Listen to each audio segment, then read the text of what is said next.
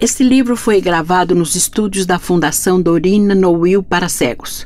Nome do livro: Papéis Avulsos. Autor: Machado de Assis. Lido por Rosa de Carvalho Costa e Silva no mês de agosto de 2013. A Sereníssima República. Conferência do Cônego Vargas. Meus senhores, antes de comunicar-vos uma descoberta que reputo de algum lustre para o nosso país, deixai que vos agradeça a prontidão com que acudistes ao meu chamado.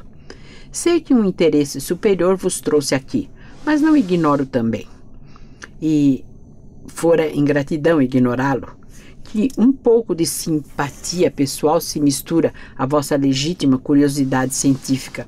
Oxalá possa eu corresponder a ambas. Minha descoberta não é recente, data do fim do ano de 1876. Não a divulguei então, e, a não ser o Globo, interessante diário desta capital, não o divulgaria ainda agora, por uma razão que achará fácil entrada no vosso espírito. Esta obra de que venho falar-vos carece de retoques últimos, de verificações e experiências complementares.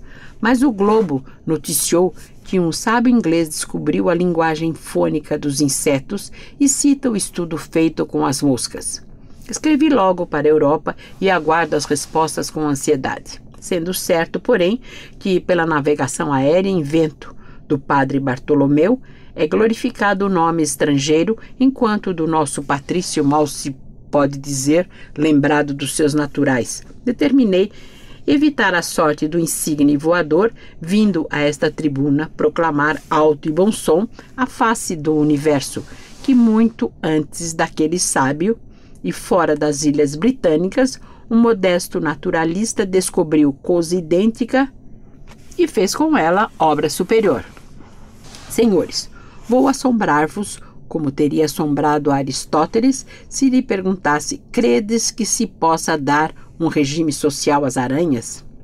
Aristóteles responderia negativamente com vós todos, porque é impossível crer que jamais se chegasse a organizar socialmente esse articulado arisco solitário, apenas disposto ao trabalho e dificilmente ao amor.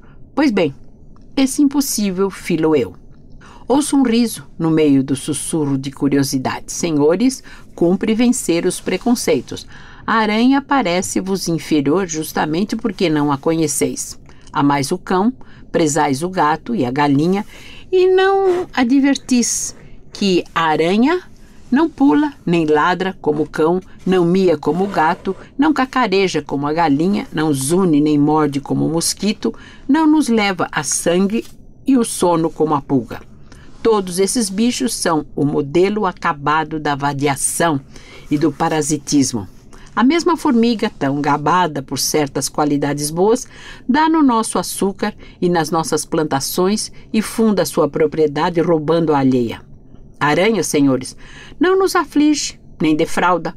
Apanha as moscas, nossas inimigas, fia, tece, trabalha e morre. Que melhor exemplo de paciência, de ordem, de previsão, de respeito e de humanidade. Quanto aos seus talentos, não há duas opiniões. Desde Plínio até Darwin, os naturalistas do mundo inteiro formam um só coro de admiração em torno desse bichinho cuja maravilhosa teia a vassoura inconsciente do vosso criado destrói em menos de um minuto. Eu repetiria agora esses juízos se me sobrasse tempo. A matéria, porém, excede o prazo. Sou constrangido a abreviá-la. Tenho-os aqui, não todos, mas quase todos. Tenho entre eles esta excelente monografia de Buchner, que com tanta sutileza estudou a vida psíquica dos animais.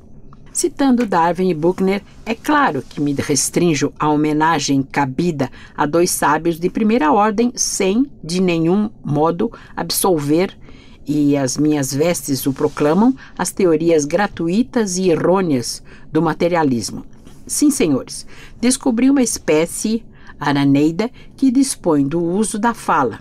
Coligi alguns, depois muitos dos novos articulados e organizei-os socialmente. O primeiro exemplar dessa aranha maravilhosa apareceu-me no dia 15 de dezembro de 1876.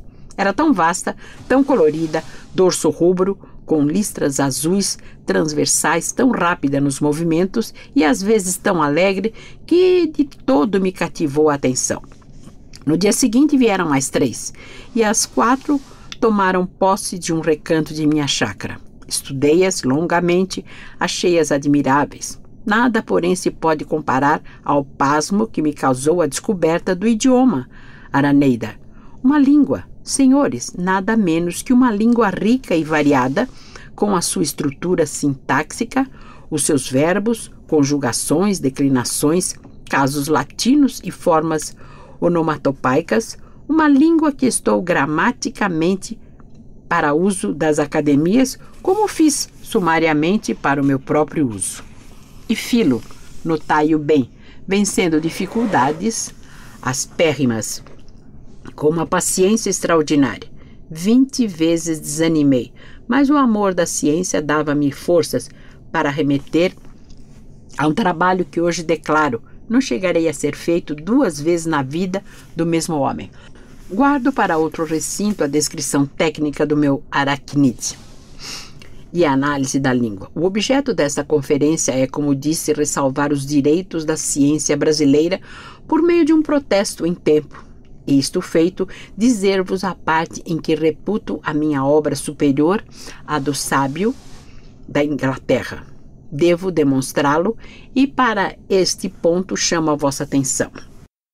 Dentro de um mês, tinha comigo 20 aranhas. No mês seguinte, 55. Em março de 1877, contava 490.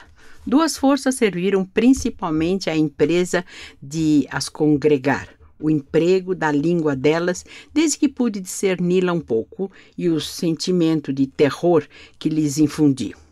A minha estatura, as vestes talares, o uso do mesmo idioma, fizeram-lhes crer que era eu o deus das aranhas, e desde então adoraram-me. E vede o benefício dessa ilusão. Como as acompanhasse com muita atenção e miudeza, lançando em um livro as observações que fazia, cuidaram que o livro era registro dos seus pecados e fortaleceram-se ainda mais na prática das virtudes. A flauta também foi um grande auxiliar. Como sabeis, ou deveis saber, elas são doudas por música. Não bastava associá-las, era preciso dar-lhes um governo idôneo. Hesitei na escolha. Muitos dos atuais pareciam-me bons, alguns excelentes, mas todos tinham contra si o existirem. Explico-me. Uma forma vigente de governo ficava exposta a comparações que poderiam amesquinhá-la. Era-me preciso ou achar uma forma nova ou restaurar alguma outra abandonada. Naturalmente, adotei o segundo alvitre. E nada me pareceu mais acertado do que uma república, à maneira de Veneza, o mesmo molde e até mesmo o epíteto. Obsoleto, sem nenhuma analogia em suas feições gerais, com qualquer outro governo vivo. Cabia-lhe ainda a vantagem de um mecanismo complicado, o que era meter à prova as aptidões políticas da jovem sociedade. Outro motivo determinou a minha escolha. Entre os diferentes modos eleitorais da antiga Veneza, figurava o do saco e bolas, iniciação dos filhos da nobreza no serviço do Estado. Metiam-se as bolas com os nomes dos candidatos no saco e extraía-se anualmente um certo número, ficando os eleitos desde logo aptos para as carreiras públicas. Esse sistema fará rir aos doutores do sufrágio. A mim não. Ele exclui os desvarios da paixão, os desasos da inépcia, o congresso da corrupção e da cobiça. Mas não foi só por isso que o aceitei. Tratando-se de um povo tão exímio na fiação de suas teias, o uso do saco eleitoral era de fácil adaptação, quase uma planta indígena. A proposta foi aceita. Sereníssima República pareceu-lhes um título magnífico, roçagante, expansivo, próprio a engrandecer a obra popular. Não direi, senhores, que a obra chegou à perfeição, nem que lá chegue tão cedo.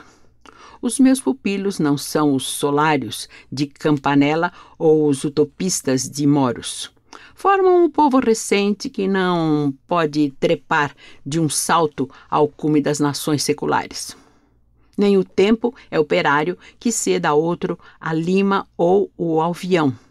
Ele fará mais e melhor do que as teorias do papel, válidas no papel e mancas na prática. O que posso afirmar-vos é que, não obstante as incertezas da idade, eles caminham dispondo de algumas virtudes que presumo essenciais à duração de um Estado.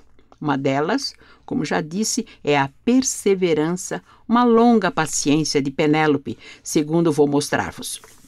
Com efeito, desde que compreenderam que no ato eleitoral estava a base da vida pública, trataram de o exercer com a maior atenção. O fabrico do saco foi uma obra nacional.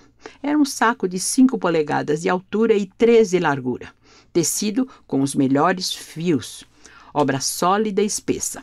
Para compô-lo, foram aclamadas 10 damas principais que receberam o título de Mães da República, além de outros privilégios e foros. Uma obra-prima, podeis crê-lo. O processo eleitoral é simples. As bolas recebem os nomes dos candidatos que provarem certas condições e são escritas por um oficial público denominado das inscrições. No fim da eleição, as bolas são metidas no saco e tiradas pelo oficial das extrações até fazer o número dos elegendos. Isto, que era um simples processo inicial na antiga Veneza, serve aqui ao provimento de todos os cargos. A eleição fez-se a princípio com muita regularidade. Mas logo depois um dos legisladores declarou que ela fora viciada por terem entrado no saco 2 bolas com o nome do mesmo candidato. A Assembleia verificou a exatidão da denúncia e decretou que o saco, até ali de 3 polegadas de largura, tivesse agora 2. Limitando-se a capacidade do saco, restringia-se o espaço à fraude. Era o mesmo que suprimi-la. Aconteceu, porém, que na eleição seguinte um candidato deixou de ser inscrito na competente bola. Não se sabe se por descuido ou intenção do oficial público. Este declarou que não se lembrava de ter visto o ilustre candidato, mas acrescentou nobremente que não era impossível que ele lhe tivesse dado o nome. Nesse caso, não houve exclusão, mas distração. A Assembleia, diante de um fenômeno psicológico inelutável, como é a distração, não pôde castigar o oficial, mas considerando que a estreiteza do saco podia dar lugar a inclusões odiosas, revogou a lei anterior e restaurou as 3 polegadas. Nesse interim, senhores, faleceu o primeiro magistrado e 3 cidadãos apresentaram-se candidatos ao posto, mas só 2 importantes: Azeroth e Magog, os próprios chefes do partido retilíneo e do partido curvilíneo. Devo explicar-vos essas denominações. Como eles são principalmente geômetras e é a geometria que os divide em política.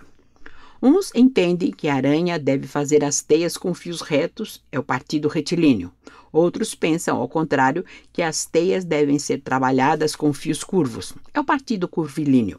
Ainda um terceiro partido, misto e central, com este postulado: as teias devem ser urdidas de fios retos e fios curvos. É o partido reto-curvilíneo e, finalmente, uma 4ª divisão política, o partido anti-reto-curvilíneo, que faz tábua rasa de todos os princípios litigantes e propõe o uso de umas teias urdidas de ar, obra transparente e leve, em que não há linhas de espécie alguma. Como a geometria apenas poderia dividi-los sem chegar a apaixoná-los, adotaram uma simbólica. Para uns, a linha reta exprime os bons sentimentos, a justiça, a probidade, a inteireza, a constância, etc. Ao passo que os sentimentos ruins ou inferiores, como a bajulação, a fraude, a deslealdade, a perfídia, são perfeitamente curvos. Os adversários respondem que não, que a linha curva é a da virtude e do saber, porque é a expressão da modéstia e da humildade. Ao contrário, a ignorância, a presunção, a toleima, a parlapatice são retas. duramente retas. O terceiro partido, menos anguloso, menos exclusivista, desbastou a exageração de uns e outros, combinou os contrastes e proclamou a simultaneidade das linhas como a exata cópia do mundo físico e moral.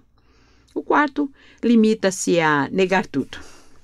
Nem Azeroth, nem Magog foram eleitos. As duas bolas saíram do saco, é verdade, mas foram inutilizadas, a do primeiro por faltar a primeira letra do nome, a do segundo por lhe faltar a última.